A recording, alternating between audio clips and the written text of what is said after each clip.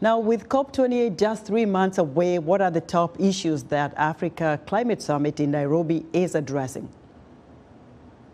So the overall theme, I've been there today, the overall sort of theme we're hearing is that climate action and the continent's development need to go hand in hand.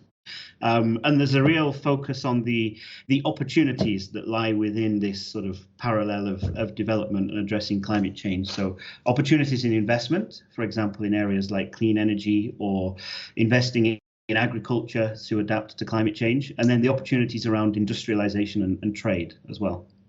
Mr. Walsh, Africa is said to be experiencing kind of unprecedented, shocking weather patterns. In fact, they say it's heating faster than other parts of the world. What's causing this and how can that be reversed?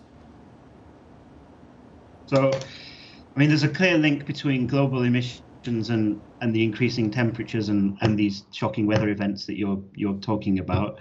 It's deeply unfortunate that sub-Saharan Africa has contributed less than 1% of emissions globally, but is experiencing the worst consequences.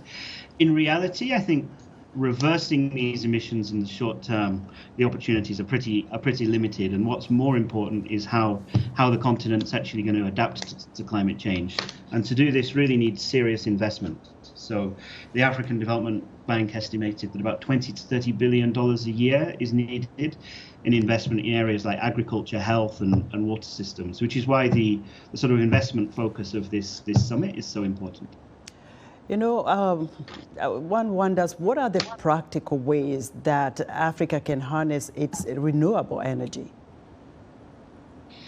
So as the world wakes up to the need to cut our emissions globally, there's increasingly a premium being put on products and commodities that can be produced with less emissions. So this represents a huge opportunity for Africa, a continent with amongst the greatest renewable potential in the world. And the real sort of priority really has to be to attract financiers to develop this potential, which can drive industrialization on the continent.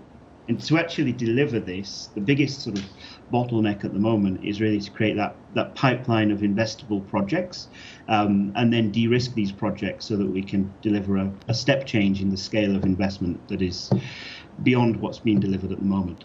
Now, very quickly, the ordinary citizens in Africa are bearing the brunt of this climate damage. How can they be part and parcel of solving the impact of climate change?